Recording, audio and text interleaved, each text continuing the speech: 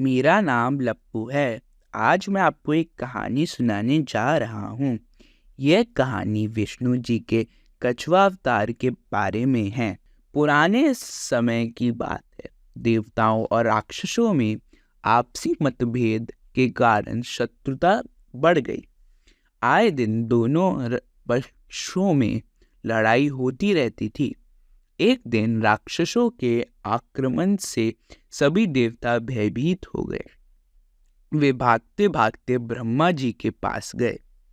ब्रह्मा जी की राय से सभी लोग जगत गुरु की शरण में जाकर प्रार्थना करने लगे।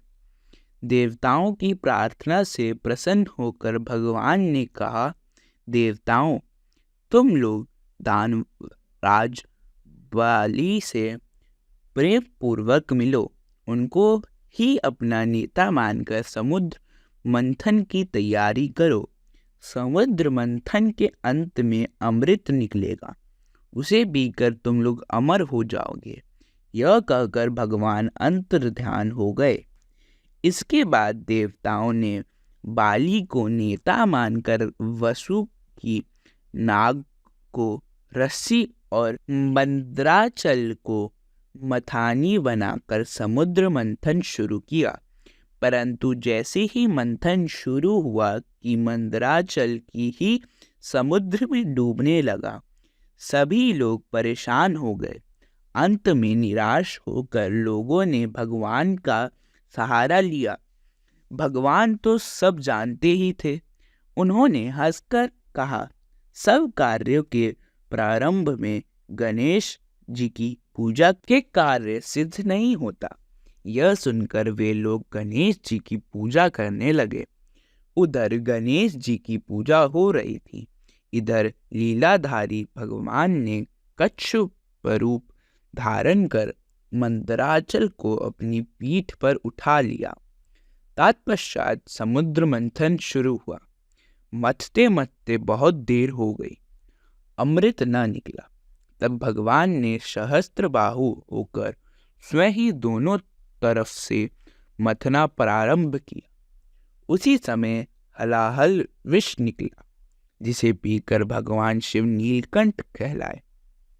इसी प्रकार कामधेनु, उच्छ्रवा नामक घोड़ा, इरावत हाथी, कौस्तुमानी, कल्प वृक्ष, अप्सराएं, भगवती लक्ष्मी, वरुण, धनुष, चंद्रमा, शंख, धन्वंतरी और अंत में अमृत निकला। अमृत के लिए देवता और दानव दोनों झगड़ने लगे। तब भगवान ने अपनी लीला से अमृत देवताओं को ही दिया। अमृत पीकर देवता लोग अमर हो गए। वे युद्ध में विजयी हुए। विजयी देवता बार बार कच्छप भगवान की स्तुति करने लगे। उनकी स्तुति से प्रसन्न होकर भगवान ने कहा, देवताओं, जो लोग भगवान के आश्रित होकर कर्म करते हैं वे ही देवता कहलाते हैं। उन्हें ही सच्ची सुख, शांति और अमृत या अमृत तत्व की प्राप्ति होती है। किंतु जो अभिमान के सहारे कर्म करते हैं उन्हें कभी भी अमृत की प्राप्ति नहीं हो सकती। यह कहकर भगवान कच्छप अंतर्ध्यान हो गए। भक्तों के परम हितैषी कच्छप भगवान को हम सब नमस्कार करते हैं।